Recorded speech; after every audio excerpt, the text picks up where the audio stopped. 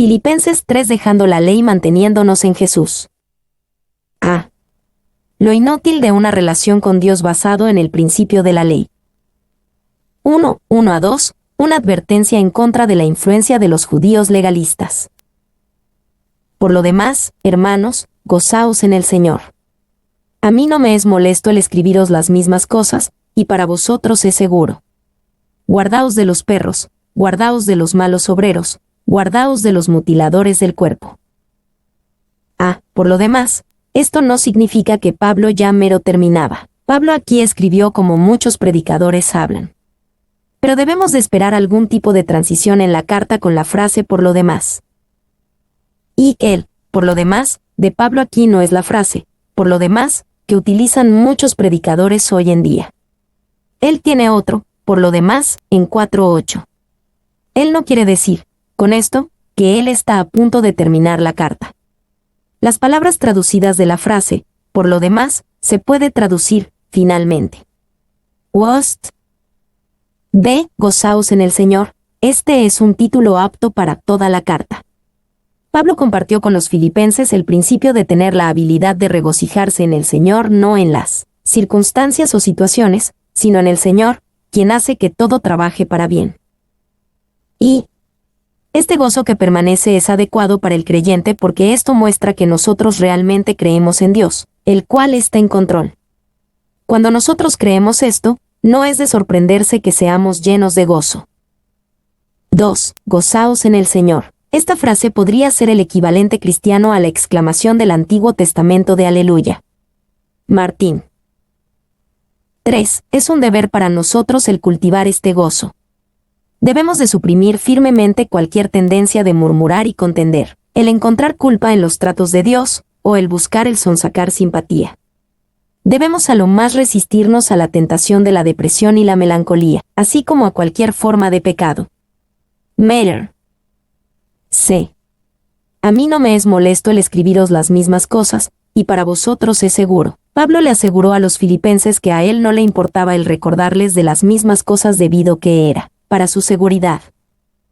Y a Pablo no le importaba recordarles debido a que él tenía una preocupación apasionante sobre ciertos peligros, y él hablaría fuertemente en contra de esos peligros. Este arranque es singular, ya que la intensidad no es como el resto de la carta. Aquello es calmado, gozoso, claro, pero esto es tempestuoso y apasionado, llena de palabras brillantes y ásperas. McLaren. De guardaos de los perros. Esta es una referencia severa para los legalistas problemáticos los cuales intentaban engañar a los filipenses.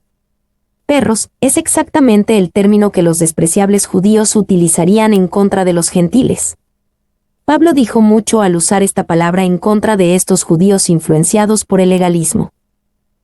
Y Moyer al citar a Lightfoot, las manadas de perros los cuales merodeaban sobre las ciudades orientales, sin hogar y sin un dueño anterior, alimentándose de la basura y de la inmundicia de las calles, peleando entre ellos mismos y atacando a los peatones, esto explica la aplicación de esta ilustración. 2. Se nos ordena, por lo tanto, a tener cuidado de los hombres con un espíritu contencioso y pendenciero, quienes bajo el aspecto de la religión esconden cosas impuras e inmundas, y quienes no solamente están contaminados, pero contaminan con su influencia. Meyer. Guardaos de los malos obreros. Esto describe lo que hacen estos legalistas, obrando maldad, y también era una palabra en contra de su énfasis de justificación ante Dios por obras. Pablo admitiría que ellos tenían una preocupación por las obras, pero ellos eran malos obreros. Y, malos obreros, estas personas no son los maniáticos de nuestras iglesias. Ellos introducen las modas y los pasatiempos, ellos exageran la importancia de las pequeñeces. Ellos atrapan cada nueva teoría y divagación, y la siguen sin importar la pérdida de la verdad y el amor. Meyer. Guardaos de los mutiladores del cuerpo. Aquí hay otra referencia fuerte hacia la insistencia de aquellos judíos legalistas los cuales requerían que los gentiles hicieran la circuncisión para convertirse en cristianos. Todo esto era hecho con la idea de que alguien debe ser un judío primero antes de que pudieran ser cristianos. Y ellos no negaban de que Jesús era el Mesías, o de que su evangelio era poder de Dios para salvación, pero ellos insistían que los gentiles creyentes solo podrían llegar a la plenitud de los privilegios del evangelio, a través de la ley de Moisés. Meyer. 2. Sin embargo, Pablo no miraba su insistencia en la circuncisión como algo bello o noble. Él la tenía como un horrible ejemplo de mutilación. Yo no los llamaré a la circuncisión, ellos no han sido circuncidados. Ellos solamente han sido acuchillados y mutilados. Ha sido solamente una mutilación carnal. Maclaren. 3. Martín en la mutilación, por un juego de palabras, él burlescamente le llama un simple corte, catatome, por ejemplo, mutilación del cuerpo a la par con las prácticas paganas prohibidas en Levíticos 21:5. 2. 3-4. Pablo define la verdadera circuncisión. Porque nosotros somos la circuncisión, los que en espíritu servimos a Dios y nos gloriamos en Cristo Jesús, no teniendo confianza en la carne. Aunque yo tengo también de qué confiar en la carne. Si alguno piensa que tiene de qué confiar en la carne, yo más. Porque nosotros somos la circuncisión. Estos judíos legalistas se consideraban a ellos mismos como los que verdaderamente estaban circuncidados y bien, delante de Dios. Pero Pablo declaró que él y sus seguidores son los que están en verdadera circuncisión. B. Los que en espíritu servimos a Dios. Esto define la verdadera circuncisión.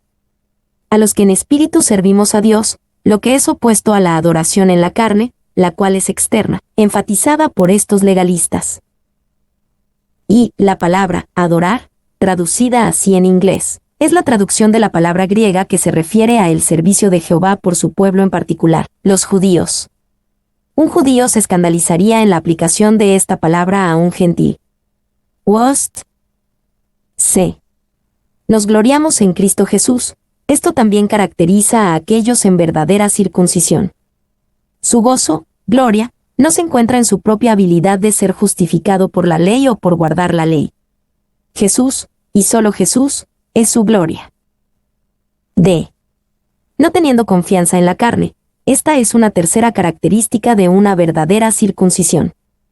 Ellos no confían en su propia habilidad de ser justos delante de Dios a través de obras externas, la carne, pero su única confianza está en Jesús. Aunque yo tengo también de qué confiar en la carne, yo más. Pablo sabía que él estaba más calificado para ser justificado por guardar la ley más que cualquiera de los oponentes legalistas presentes. Y, curiosamente, muy a menudo, aquellos que promueven la idea de tener confianza en la carne son los mismos que están menos calificados de tener tal confianza. Esto es debido al principio que Pablo explica en Colosenses 2:23: tales cosas tienen a la verdad cierta reputación de sabiduría en culto voluntario, en humildad y en duro trato del cuerpo, pero no tienen valor alguno contra los apetitos de la carne. 3. 5-6. Las razones de Pablo del por qué él puede tener confianza en la carne. Circuncidado al 8º día, del linaje de Israel, de la tribu de Benjamín, hebreo de hebreos. En cuanto a la ley, fariseo. En cuanto a celo, perseguidor de la iglesia. En cuanto a la justicia que es en la ley, irreprensible. Circuncidado al 8º día. Pablo enumera primero 4 cosas que eran parte de su posesión debido a su nacimiento, y todas son razones por la cual él puede tener confianza en la carne.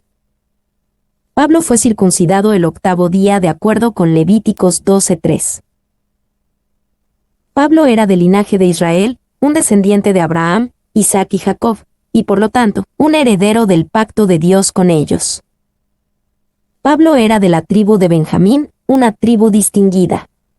Benjamín estaba distinguida por el hecho de que dio a Israel su primer rey, Saúl, 1 Samuel 9:1-2. Es la tribu que se alineó a sí misma con el Judá fiel cuando Israel se dividió en 2 naciones en el tiempo de Roboam, 1 Reyes 12:21. También era la tribu que tenía la ciudad de Jerusalén dentro de sus límites, Jueces 1:21. Pablo era hebreo de hebreos. Esto le contrasta a él con los judíos, los cuales adoptaban la cultura griega mientras ésta se esparcía a través del Mediterráneo. En ese tiempo, muchos judíos se avergonzaron de su judaísmo e intentaron vivir y actuar lo más que pudieron como los griegos, algunas veces hasta el punto que hacían que su circuncisión fuera restaurada de manera cosmética o la escondían, para que ellos pudieran disfrutar de los baños públicos romanos sin ser percibidos como judíos. En contraste, Pablo fue criado por sus padres como hebreo de hebreos. B. En cuanto a la ley, luego Pablo enumeró 3 cosas que eran parte de su elección y convicción personal, y todas estas son razones por las cuales él puede tener confianza en la carne. Pablo era, en cuanto a la ley, fariseo. Esto nos habla de que entre un pueblo élite, los judíos, Pablo era de una secta élite, los fariseos, quienes se hacían notar por su devoción escrupulosa de la ley de Dios. No había muchos fariseos, nunca más de 6,000, pero ellos eran los atletas espirituales del judaísmo. Su propio nombre significa los separados. Ellos se habían separado a sí mismos de la vida común y de los deberes comunes en orden para tener una sola meta en la vida, el cual era guardar el detalle más pequeño de la ley. Barclay, la preocupación que los fariseos tenían por guardar la ley es reflejada en pasajes como Mateo 23:23. En cuanto a celo, perseguidor de la iglesia. Pablo no era solamente un oponente intelectual de las herejías percibidas en contra del judaísmo. Él también era un contendiente activo en contra de ellas aún en su ceguera hacia Dios. La observación de Pablo de que los judíos de sus días tenían un celo por Dios, pero no de acuerdo al conocimiento, Romanos 10:2, era cierta en su propia vida antes de que Dios le confrontara en el camino a Damasco. En cuanto a la justicia que es en la ley, irreprensible. Esto muestra que Pablo alcanzó el estándar de justicia el cual era aceptado entre los hombres de su día, aunque este estándar estuviera corto ante el estándar santo de Dios. Debido a cómo la ley era interpretada y enseñada, había aquellos en aquellos días los cuales eran engañados al pensar que en realidad eran irreprensibles, como el hombre principal que era rico, Lucas 18:23. Y, en resumen, si alguien pudiera reclamar de agradar a Dios al guardar la ley y por obras de la carne, este sería Pablo. Él estaba mucho más calificado que sus oponentes legalistas y que hacían tal reclamación. 4.7. Pablo rechaza toda confianza en la carne. Pero ¿cuántas cosas eran para mi ganancia? Las he estimado como pérdida por amor de Cristo. Pero ¿cuántas cosas? Las he estimado como pérdida por amor de Cristo. Cualquiera de los maestros corruptos de los cuales Pablo advirtió estarían orgullosos de proclamar el pedigrí de Pablo, pero Pablo lo puso en claro. Pero ¿cuántas cosas las he estimado como pérdida por amor a Cristo? Y la palabra, ganancia, es plural en el griego, a saber, ganancias, pérdida, es singular. Todas las ganancias se cuentan como una pérdida. Wost. 2. Él tenía habilidad en la aritmética espiritual, y era muy cuidadoso en sus cálculos. Él echaba sus cuentas con precaución, y observaba con ojo diligente sus pérdidas y sus ganancias. Spurgeon. B. Las he estimado como pérdida. Pablo estimaba estas cosas como pérdida. No es que por su propio carácter fueran una pérdida en tanto que él eligió tenerlas como una pérdida. Y estas fueron estimado como pérdida no porque le hicieran daño a Pablo, pero debido a que estas cosas eran maneras en las cuales Pablo buscaba agradar a Dios en las energías de la carne. Antes de que Pablo se convirtiera en cristiano, él pensaba que todas estas cosas le daban éxito en el esfuerzo de agradar a Dios por obras. 2.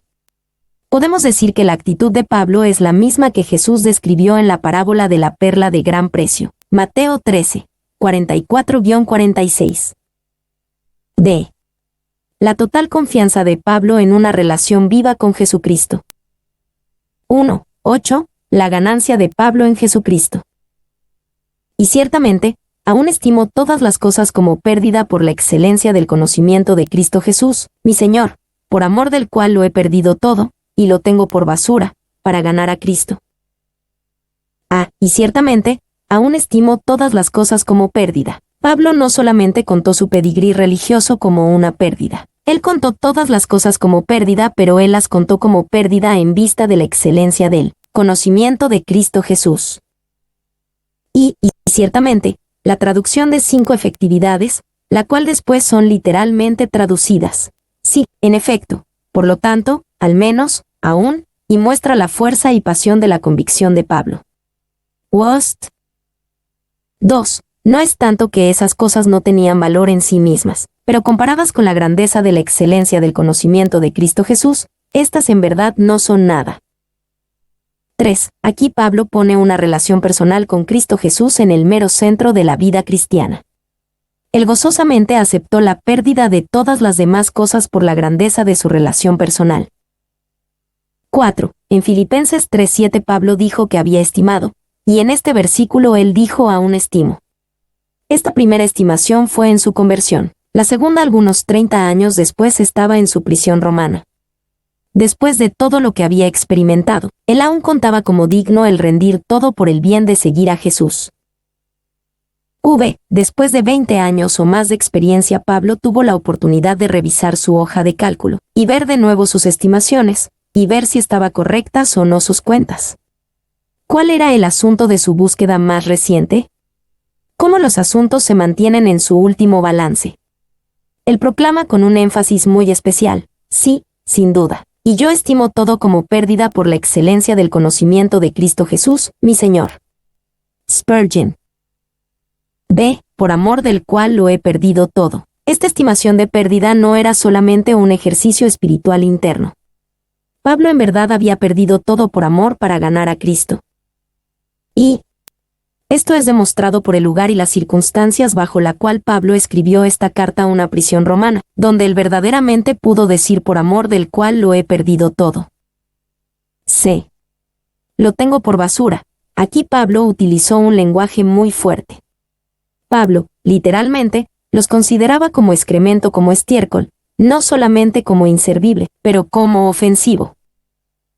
Y la antigua palabra griega para basura tenía uno de dos usos. Podía describir excremento del cuerpo, o los restos de la mesa que solamente se tiraban a los perros. Nosotros podemos suponer que Pablo estaría cómodo con cualquiera de los dos significados en este contexto. 2. La palabra da el significado de una vil escoria o el rehusarse de cualquier cosa, el peor excremento. La palabra muestra que tan insignificante y que tan inútil, a vista de la salvación, el apóstol estimaba cada cosa excepto el Evangelio de Jesús. Clarke. 2:9. Los beneficios espirituales de su ganancia en Cristo Jesús. Y ser hallado en Él, no teniendo mi propia justicia, que es por la ley, sino la que es por la fe de Cristo, la justicia que es de Dios por la fe. Y sea hallado en Él, debido a que Pablo estaba en Él, él podría renunciar a su propia justicia y vivir por la justicia que es de Dios por la fe. El fundamento de su vida espiritual estaba en lo que Jesús había hecho por él y no en lo que él había hecho, estaba haciendo, o lo que haría por Jesús en el futuro. La justicia que es de Dios por la fe. Aquí Pablo expone la gran diferencia entre la relación legal recalcada por sus oponentes y de su conexión personal con Cristo Jesús. La diferencia está entre el vivir y confiar en tu propia justicia y el vivir y confiar en la justicia de Dios, dada por la fe de Cristo. Y él rechaza su propia justicia con la impaciencia con la cual otros hombres rechazan sus pecados, y él tiene en alta estima la justicia la cual Cristo ha traído para nosotros, la cual se vuelve nuestra por fe. Spurgeon. 3:10-11. La experiencia de Pablo de una relación personal con Jesús. A fin de conocerle, y el poder de su resurrección, y la participación de sus padecimientos, llegando a ser semejante a él en su muerte, si en alguna manera llegase a la resurrección de entre los muertos. A fin de conocerle, esta era la simple petición del corazón de Pablo. Era una petición desconocida para el legalista, quien debe de enfocarse necesariamente en su desempeño y estatus para encontrar algún tipo de paz con Dios. Pero Pablo quería a Jesús, no a sí mismo. Y el conocer a Jesús no es lo mismo que conocer su vida histórica. No es lo mismo que conocer doctrinas correctas con respecto a Jesús, no es lo mismo que conocer su ejemplo moral, y no es lo mismo que conocer su gran obra a favor tuyo. Podemos decir que conocemos a alguien porque le reconocemos, debido a que podemos distinguir que es diferente sobre ellos en comparación con otras personas. Podemos decir que conocemos a alguien debido a que estamos familiarizados con lo que hacen, conocemos al panadero porque obtenemos nuestro pan a través de él. Podemos decir que conocemos a alguien porque realmente hemos conversado con ellos, hemos platicado de asuntos con esa persona. Podemos decir que conocemos a alguien debido a que pasamos tiempo en su casa o con su familia. Podemos decir que conocemos a alguien debido a que hemos dedicado nuestra vida para ellos cada día, compartiendo cada circunstancia como en un matrimonio. Aún, más allá de todo esto, Hay una manera para conocer a Cristo Jesús que incluye todas estas, incluso va más allá de ellas. 2. Ellos me dicen que es un refinador, que limpia manchas. Él me ha lavado en su sangre preciosa, y hasta ese grado yo le conozco. Ellos me dicen que Él cubre al desnudo. Él me ha cubierto con un manto de justicia, y hasta ese grado yo le conozco. Ellos me dicen que Él quebranta, y que Él quiebra las cadenas. Él ha liberado mi alma, y por lo tanto yo le conozco. Ellos me dicen que Él es un rey y que Él reina sobre el pecado. Él sometió a mis enemigos debajo de sus pies, y le conozco en ese carácter. Ellos me dicen que Él es un pastor. Yo le conozco pues soy su oveja. Ellos dicen que Él es una puerta. Yo he entrado a través de Él, y le conozco como la puerta. Ellos dicen que Él es comida. Mi espíritu se alimenta de Él así como del pan del cielo, y, por tanto, yo le conozco como tal. Spurgeon. B. Y el poder de su resurrección. El conocer a Jesús significa el conocer este poder, la nueva vida que es imputada a nosotros ahora, no cuando muramos. Y Él quiere saber de una manera experimental el poder de la resurrección de Cristo. Esto es, Él quiere experimentar el mismo poder que levantó a Cristo de la muerte surgiendo de su propio ser, venciendo al pecado en su vida y produciendo bendición cristiana. Wurst. 2. Sin embargo, yo no creo que Pablo aquí está pensando tanto del poder mostrado en la resurrección, como el poder que sale a través de éste, el cual puede ser más apropiadamente llamado, el poder de su resurrección. Esto era lo que el apóstol quería aprender y conocer. El poder de su resurrección es un poder evidenciado. Es la evidencia y el sello de que todo lo que Jesús dijo e hizo es verdad. El poder de su resurrección es un poder justificador. Es la nota y la prueba de que el sacrificio de la cruz fue aceptado como un pago total. El poder de su resurrección es un poder que da vida. Esto significa que aquellos que están conectados con Jesucristo reciben la misma resurrección de vida. El poder de su resurrección es un poder consolador y reconfortante. Promete que nuestros amigos y amados que están muertos en Cristo viven con Él. C. Y la participación de sus padecimientos. El conocer a Jesús también significa esta participación de sus padecimientos. Todo es parte de seguir a Jesús y el estar en Cristo. Podemos decir que el padecimiento es parte de nuestra herencia como hijos de Dios. Se nos da el ser parte de la familia de padecimiento. Y si hijos, también herederos. Herederos de Dios y coherederos con Cristo. Si es que padecemos juntamente con Él, para que juntamente con Él seamos glorificados. Romanos 8:17. De llegando a ser semejante a Él en su muerte. Esto nos recuerda que el estar en Cristo también significa estar en su muerte. Estas palabras tienen una relevancia particular para Pablo, quien enfrentaba un posible martirio. Si en alguna manera llegase a la resurrección de entre los muertos, Pablo no estaba mórbidamente enfocado en el sufrimiento y muerte de la vida cristiana. Él vio que eran una manera necesaria para la meta de la vida de resurrección justo ahora y durante la resurrección final de la muerte. Y esta era una meta que era digna en alguna manera para Pablo. El padecimiento valía la pena, considerando la grandeza de la meta de la resurrección de entre los muertos. 2. Llegase. Pablo no dudaba de que él era salvo, pero él anhelaba poderosamente por la compleción de su salvación a través de la resurrección de su cuerpo. Era algo que él todavía no tenía y que anhelaba. 3. Recuerde que Pablo escribió esto habiendo experimentado más sufrimiento del que nosotros podamos experimentar jamás, y él escribió desde la custodia de soldados romanos. Esto no era solamente teorías e ideas teológicas, pero una conexión experimentada con Dios.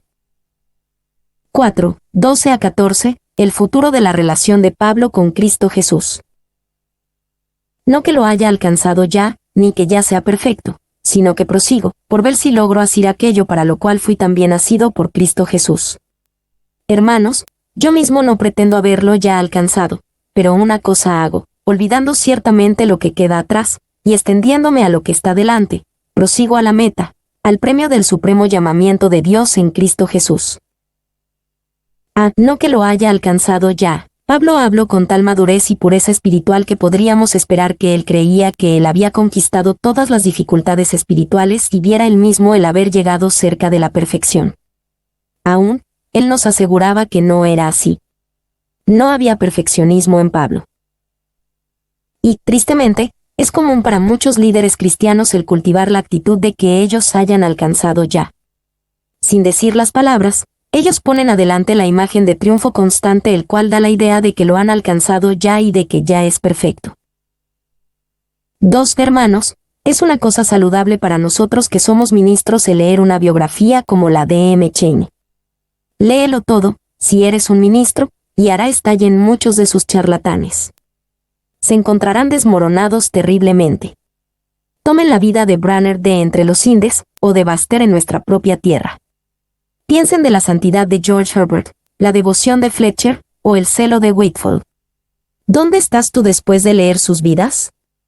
¿No te asomarás para ir a buscar un lugar secreta para tu insignificancia? Spurgeon. 3. Justo de la manera como un niño pequeño es un ser humano perfecto, pero aún está lejos de la perfección como un hombre desarrollado, así el verdadero Hijo de Dios también es perfecto en todas partes, aunque no está perfeccionado en todas las etapas de su desarrollo en fe. Muller. 4. Pero mientras la obra de Cristo por nosotros es perfecto, y sería presunción el pensar añadir a la obra del Espíritu Santo en nosotros no está perfecta, se está llevando a cabo continuamente de día en día, y necesitará tener continuación a través de todas nuestras vidas. Spurgeon.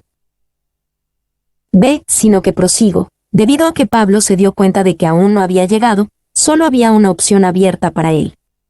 Él debía de proseguir. No había vuelta atrás para él. Y, cuando España condujo el mundo, en el siglo XV, sus monedas reflejaban su arrogancia nacional y tenían escrito NE plus ultra, lo cual significaba nada más, lo cual significaba que España era lo sumo en todo el mundo. Después del descubrimiento del Nuevo Mundo, ellos se dieron cuenta que no eran lo último de la Tierra, así que cambiaron la inscripción en sus monedas a plus ultra significando más allá. En el mismo patrón, algunas vidas cristianas dicen, nada más y otras dicen más allá. 2. Esto es en donde la fe, como la de los niños, se encuentra con la verdadera madurez. Un niño no puede esperar para ser más grande, y siempre quiere ser más maduro. 3. Sino que prosigo significaba que Pablo había puesto su mano en el arado y se rehusaba a mirar atrás. Lucas 9, 62. C. Por ver si logro hacer aquello para lo cual fui también nacido por Cristo Jesús. Pablo proseguía por lo que Jesús quería. Su esfuerzo fue puesto en hacer la voluntad de Dios, no la suya. Y, cuando Pablo dijo, para ver si logro hacer, él utilizó un lenguaje fuerte. La palabra, asir, aprender, es de la misma palabra griega traducida, alcanzar, pero con una preposición como prefijo, el cual significa el forzar manteniéndolo, presionado. Él quiere alcanzarlo y jalar hacia abajo, como un jugador de fútbol que no solamente quiere alcanzar, atrapar, a su hombre, sino que quiere tumbarlo y hacerlo suyo. Wurst.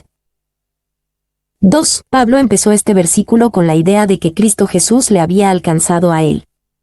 Esta es una idea importante, pero algunas veces los cristianos reaccionan a la idea al ser pasivos. Ellos suponen, Jesús me alcanzó, así que así es ahora. Yo soy un cristiano y voy al cielo. Pablo mostró una diferente actitud, que él tomaría aquello por lo cual Jesús le había tomado a él. Así que uno debe de preguntarse, ¿por qué Jesús echó mano de Pablo? Jesús echó mano de Pablo para hacerle un nuevo hombre, Romanos 6:4. Así que Pablo echó mano de aquello y quiso ver la obra transformadora de Jesús llevada a cabo completamente en él mismo. Jesús echó mano de Pablo para conformarlo a la imagen de Cristo Jesús, Romanos 8:29. Así que Pablo echó mano de aquello y él quiso ver la naturaleza de Jesús en sí mismo. Jesús echó mano de Pablo para hacerle un testigo, Hechos 9:15. Así que Pablo echó mano de la experiencia de Jesús y testificó esa experiencia. Jesús echó mano de Pablo para hacerle un instrumento en la conversión de otros, Hechos 9:15. Así que Pablo echó mano del ministerio de traer a otros a Jesús. Jesús echó mano de Pablo para traerle al sufrimiento, Hechos 9:16. Así que Pablo echó mano de ese trabajo de Dios en su vida, queriendo conocer a Jesús en el compañerismo de sus padecimientos. Jesús echó mano de Pablo para que él pudiera obtener la resurrección de la muerte, Filipenses 3:11. Así que Pablo echó mano de esa esperanza celestial. D. al premio del supremo llamamiento de Dios en Cristo Jesús. Pablo estaba enfocado en una cosa, y no dejaría que lo que queda atrás lo distrajera de ello.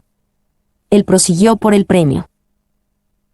Y nosotros muchas veces dejamos que lo que queda atrás nos distraiga, ya sea que fueran cosas buenas o malas. El ver lo que está en el pasado muy a menudo nos mantiene fuera de lo que Dios tiene para nosotros en el futuro. 2. Es una decepción el vivir en el pasado o en el futuro. Dios quiere que prosigamos en el presente, debido a que el presente es el lugar en donde la eternidad nos toca. Pablo sabía que una carrera solo es ganada en el momento presente, no en el pasado ni en el futuro. Prosigo a la meta, al premio del supremo llamamiento de Dios en Cristo Jesús. El premio es el llamamiento de Dios. El premio es el llamamiento en sí mismo, no los beneficios que vienen del llamado o ninguna otra cosa. El premio es el ser capaz de tener la oportunidad de correr en la carrera, el trabajar con Dios como un compañero para hacer la obra de su reino. Y es un llamado supremo porque viene de lo alto, de Dios. La concepción de ello ha emanado de su corazón. Es un llamamiento supremo debido a que es digno de Dios. Es un llamamiento supremo porque está muy por encima de los ideales de los hombres. Y luego esto es un llamamiento supremo debido a que nos convoca a donde Cristo se sienta, a la diestra de Dios. Meyer. 2. Debido a que es un llamamiento tan glorioso, entonces vale la pena extenderse a lo que está adelante. La palabra griega señala el gran esfuerzo hecho en la carrera, cada músculo y nervio se esfuerzan, y de él brota cada partícula de su fuerza en la carrera. Él estaba corriendo por la vida y corriendo por su vida. Clarke. F. Del supremo llamamiento de Dios en Cristo Jesús. Como todo lo demás, este supremo llamamiento de Dios es solamente en Cristo Jesús. Los legalistas podrían decir que ellos siguieron el supremo llamamiento de Dios, pero ellos ciertamente no lo hicieron en Cristo Jesús. En lugar de eso, ellos lo hicieron en las fuerzas de sus propias carnes. 5. 15 a 16. Pablo exhorta a los filipenses a que tomen la misma actitud. Así que, todos los que somos perfectos, esto mismo sintamos, y si otra cosa sentís, esto también os lo revelará Dios. Pero en aquello a que hemos llegado, sigamos una misma regla, sintamos una misma cosa. Así que, todos los que somos perfectos, esto mismo sintamos.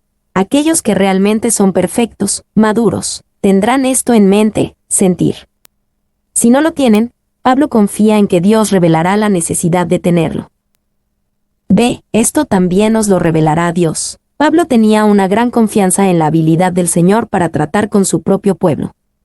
Él no tenía la actitud de que si él fallaba de convencerles entonces ellos nunca serían convencidos. C.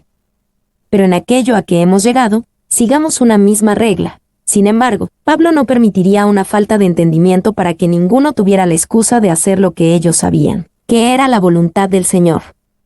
Lo que no sabemos nunca nos puede excusar de fallar en cumplir lo que sabemos que debemos hacer. Sintamos una misma cosa.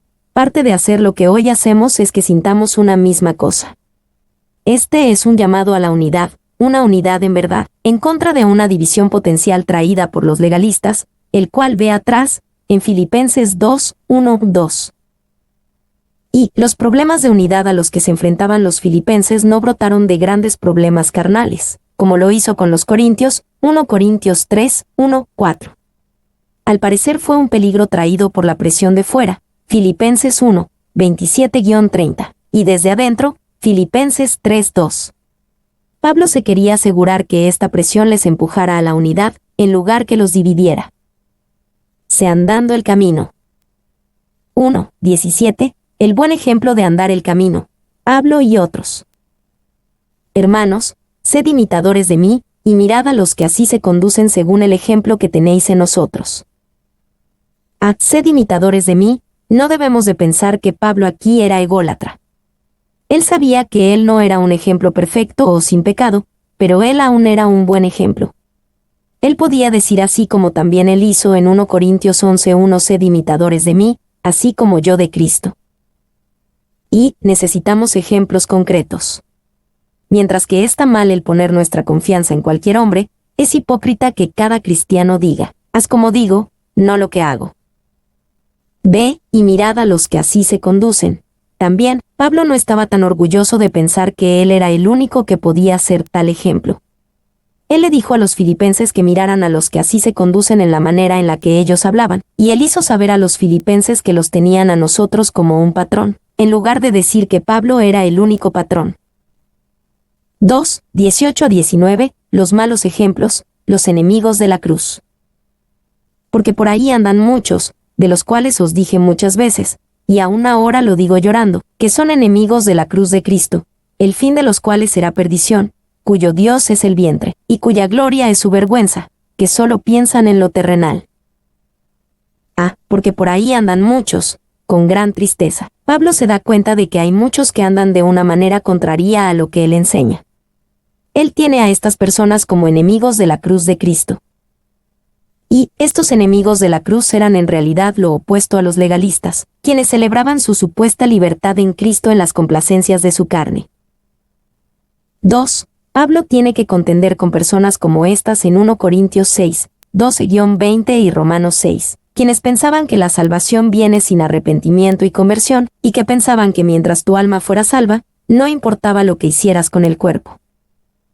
3. Cuando decimos que los hombres son enemigos de la cruz, no estamos diciendo que son enemigos de la representación física de la cruz. Estamos dando a entender que ellos son enemigos de la verdad bíblica de la expiación de Jesús hecha por nosotros en la cruz, y su poder continuo y efecto en nuestra vida. 4. Estas personas eran verdaderos enemigos de la cruz de Cristo, quienes no andaban para seguir a Jesús al llevar su cruz de abnegación, Mateo 16, 24-26. B. Y aún ahora lo digo llorando, la obra y el fin de estos enemigos era de que ellos, en su descuido de la santidad de Dios, daban municiones a las acusaciones legalistas de que Pablo predicaba una gracia barata la cual no requería ningún compromiso con la vida. Esto es lo que pesaba en Pablo y también a su enseñanza. Y Spurgeon pensó que Pablo lloraba por 3 razones. Primera, al considerar la culpa de estos enemigos de la cruz. Segundo, al considerar los efectos perjudiciales de sus conductas. Finalmente, al considerar su perdición. 2. Yo nunca he leído de que el apóstol lloró cuando él era perseguido. A pesar de que latigaban su espalda, yo creo que él nunca derramó una lágrima de sus ojos mientras los soldados le azotaban. A pesar de que fue puesto en prisión, leemos de sus cantos, nunca de sus quejas. Yo no creo que él nunca haya llorado a cuenta de cualquier sufrimiento o peligro a los cuales él mismo era expuesto por el bien de Cristo.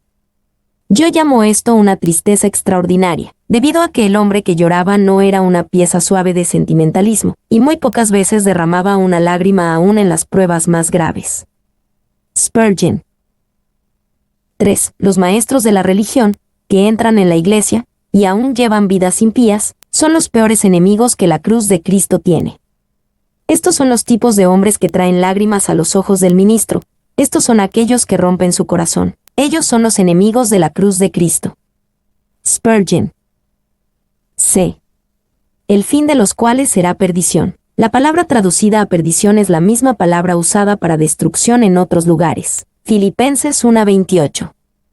Esto se puede referir a su condenación final o a la presente destrucción de sus vidas. Probablemente su condenación final es lo que se tiene en cuenta. De cuyo Dios es el vientre. Esto describe la idolatría de estos enemigos. No necesariamente en que ellos se enfocaban en lo que comen, pero aquí el vientre tiene una referencia más amplia para las desenfrenos sensuales en general. Ellos viven por los placeres del cuerpo, mente y alma. Cuya gloria es su vergüenza. Esto muestra las prioridades fuera de lugar de estos enemigos. Ellos se glorían sobre las cosas de las cuales se deben de avergonzar. F. Que solo piensan en lo terrenal, esto describe el enfoque de sus vidas. No es para complacer y adorar a Dios, sino el llevarse bien con este mundo. Su actitud era la misma del rico necio en Lucas 12, 16-21. 3. 20. Nuestra ciudadanía y nuestro Señor. Mas nuestra ciudadanía está en los cielos, de donde también esperamos al Salvador, al Señor Jesucristo. Mas nuestra ciudadanía está en los cielos. Necesitamos apreciar todo lo que esto significaría para los filipenses, quienes valoraban en gran manera su ciudadanía romana. de la manera como los filipenses podían considerarse a sí mismos ciudadanos de Roma, y estaban bajo las leyes y costumbres romanas, aun cuando de hecho estaban lejos de Roma. Así los cristianos se deben de considerar a sí mismos ciudadanos del cielo. Y una paráfrasis de que la ciudadanía está en los cielos se lee como sigue: tenemos nuestro hogar en el cielo, y aquí en la tierra somos una colonia de ciudadanos celestiales. Pablo está diciendo, justo como los colonos romanos nunca olvidaron que ellos pertenecían a Roma, tú nunca debes de olvidar que tú eres un ciudadano del cielo, y tu conducta debe estar acorde con tu ciudadanía. Barclay. 2. Si somos ciudadanos del cielo, esto significa que somos residentes extranjeros en la tierra. Los extranjeros se distinguen en la tierra a la que van. Los cristianos deben estar tan marcados por su ciudadanía celestial que puedan ser notados como diferentes. Los extranjeros deben de buscar el hacer buenas obras en la tierra en la que son residentes. Los extranjeros no deberían buscar el interferir en los asuntos de la tierra en la que son residentes. Los extranjeros tienen privilegios y también deberes. No están bajo las mismas obligaciones como ciudadanos de la tierra en la cual residen. Los extranjeros no son elegibles para las mismas recompensas y reconocimientos como ciudadanos de la tierra en la que residen. Los extranjeros no se deberían de enfocar en levantar riquezas en la tierra en la cual residen. 3. También tenemos ciertas características como ciudadanos del cielo. Como ciudadanos estamos bajo el gobierno del cielo. Como ciudadanos compartimos los honores del cielo. Como ciudadanos tenemos derechos de propiedad en el cielo. Como ciudadanos disfrutamos de los placeres del cielo.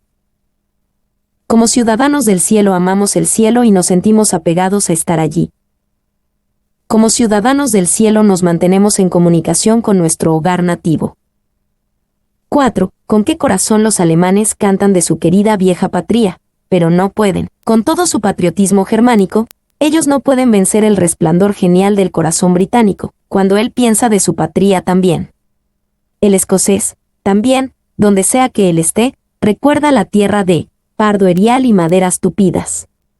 Y el irlandés, también, déjelo estar donde él quiere, aún piensa en la isla Esmeralda, la primera piedra preciosa del mar. Está bien que el patriota ame a su país. Nuestro amor hacia el cielo no arde fervientemente. Spurgeon. V. Hay un contraste significativo entre los ciudadanos de la tierra descrita en Filipenses 3, 18-19 y los ciudadanos del cielo descritos en Filipenses 3, 20-21. B. De donde también esperamos al Salvador. De la manera en que los filipenses esperarían la visita del emperador de Roma, aún más los cristianos deben de esperar la venida de su Rey Cristo Jesús.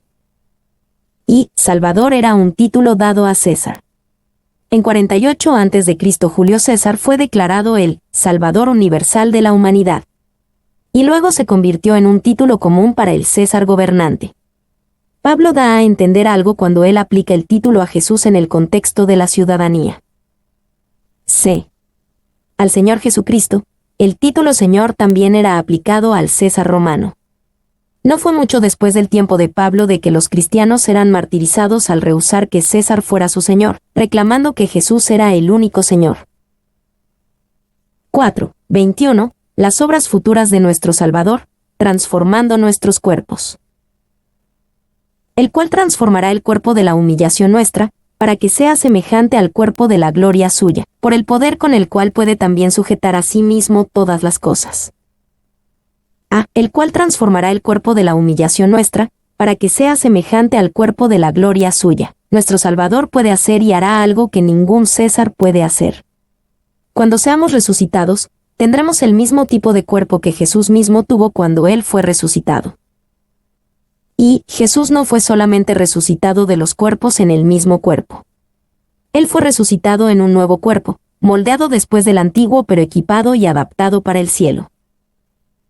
B. Por el poder con el cual puede también sujetar a sí mismo todas las cosas. Esto es posible únicamente debido a que el Dios al que servimos es omnipotente, el cual puede también sujetar a sí mismo todas las cosas, y cumplir algo tan sorprendente como la resurrección de nuestros cuerpos tras el patrón de la resurrección de Jesús. Y Jesús en verdad puede sujetar todas las cosas. Puede haber pecados dentro de tu corazón que se han resistido a ser controlados. Haz con ellos como quieras, aún estos te desafiarán. Pero si tú entregas el conflicto a Jesús, Él los sujetará. Él traerá los pecados bajo su fuerte mano sujetadora. Ten buen ánimo. Lo que tú no puedes hacer, Él puede.